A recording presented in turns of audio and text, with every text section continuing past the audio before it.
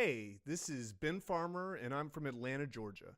This video is for the week 4 assignment in Loudon Stearn's Intro to Music Production class.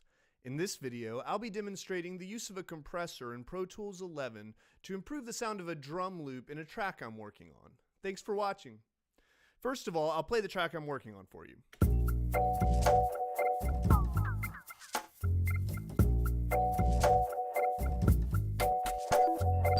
Now I want to focus on the drum loop I have here, so let me solo the track and let you listen to it by itself.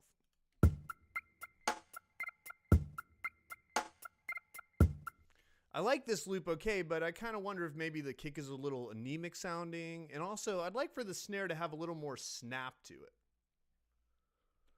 I'm going to use a compressor plugin that came with Pro Tools 11 to see if I can improve the sound of this loop. I'm going to go up to my inserts for the drum loop channel and add a compressor.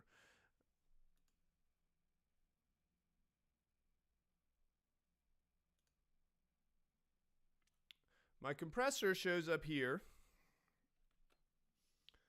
And the first thing I'm going to do is set my ratio. In this case, I'm going to use a ratio of 4:1. Now, when you're compressing drums, you might use a higher ratio in another instance, but this loop is pretty simple, and I think I can achieve the effect I'm going for without getting too crazy.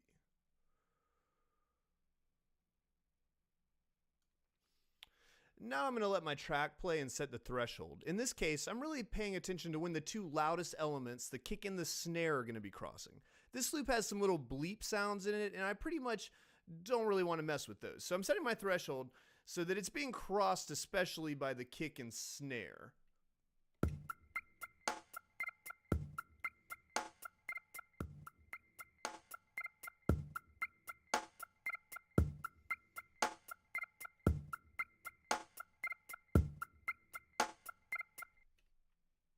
Next, I'm going to set my attack. You can see if my attack is really low, my kick sound gets weaker as I pull out the transients.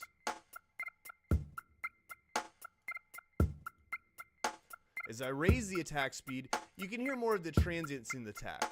I'm going to find a sweet spot where I'm letting the transients through, but still getting some good compression.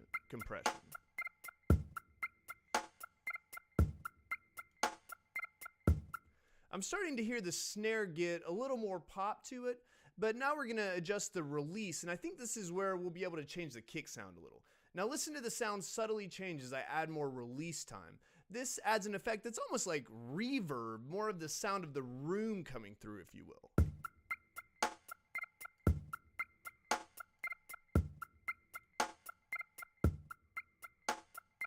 I can hear the kick sound ringing a little bit longer now, and it feels like it has more body. Now, at the extreme, I think the body starts to take away from the attack. So again, I'm going to try to find a sweet spot now where I get more body and roundness for my kick, but still have enough attack for a good pop on my snare.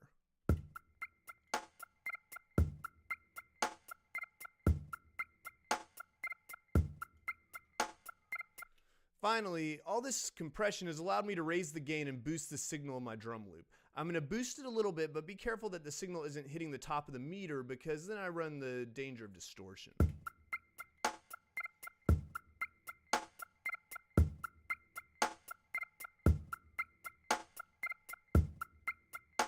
Okay, so now we're looking at all the compressor settings I've used, and I'm going to turn the effect off and then back on so we can listen to the difference. It'll be a subtle difference, but I feel this small change will improve the sound of the drums in the mix.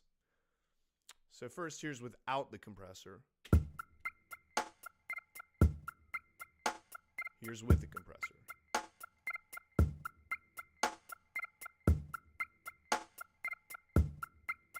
Finally, I'll play the whole mix for you so we can listen in context. There you go. I hope this demonstration has been useful in understanding how to use a compressor in a musical context. Thanks for watching, and please see the text under the YouTube link in the peer assessment page for my reflection. Have a good day.